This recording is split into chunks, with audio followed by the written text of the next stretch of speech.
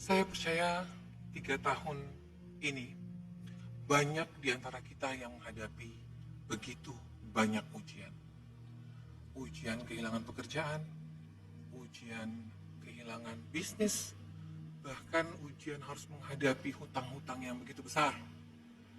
Sampai ada juga yang menghadapi ujian di mana mereka kehilangan orang-orang terkasih. Semua ujian yang kita hadapi ini bukanlah suatu hal yang sudah kita rencanakan.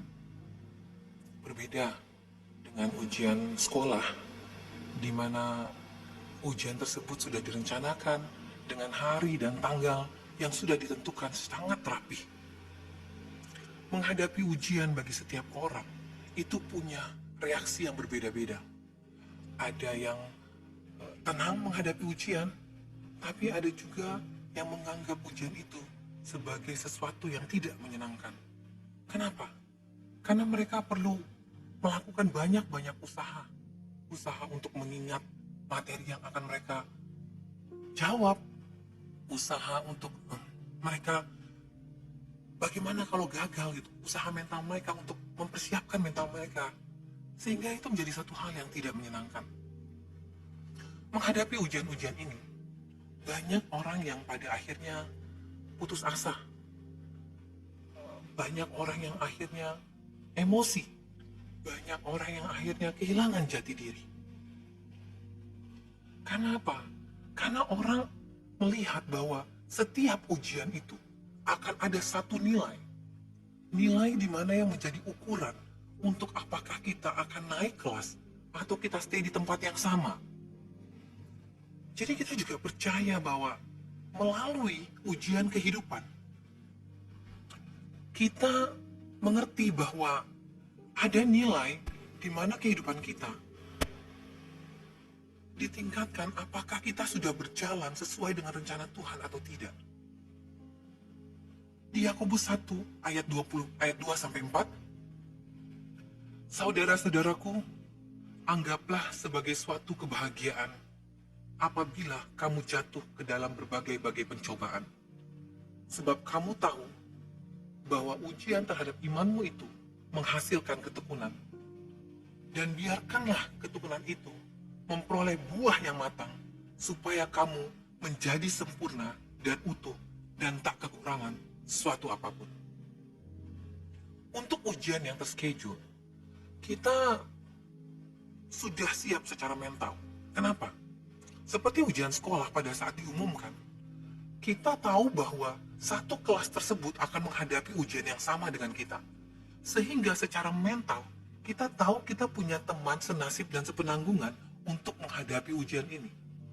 Yang pada akhirnya, kita akan melakukan berbagai usaha bersama teman-teman ini. Dengan cara apa? Pertama, kita belajar bersama. Bahkan di saat belajar bersama, kita mulai buat catatan-catatan atau contekan-contekan sebagai panduan kita untuk menghadapi jawaban-jawaban yang akan kita berikan hari itu. Namun, menghadapi ujian yang tidak terschedule, itu hal yang lain lagi. Terasa sangat berat. Secara mental kita pun, itu sudah sangat berat. Kenapa? Karena kita merasa ujian yang kita dapatkan ini adalah ujian untuk diri kita sendiri. Kita menghadapinya sendiri. Kita harus menerima semuanya sendiri. Kita nggak ada persiapan.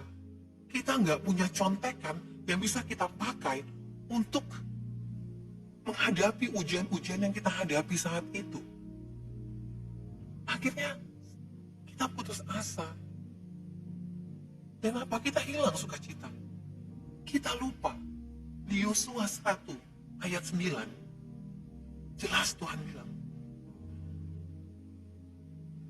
bukankah telah kuperintahkan kepadamu, kuatkan dan teguhkanlah hatimu, janganlah kecut dan tawar hati, sebab Tuhan Allahmu menyertai engkau kemanapun engkau pergi. Tuhan tidak pernah janji hidup Kristen tidak akan ada masalah dan tidak akan menghadapi ujian-ujian yang tidak direncanakan. Namun satu hal, Tuhan bilang dengan jelas, Tuhan Allahmu menyertai engkau kemanapun engkau pergi.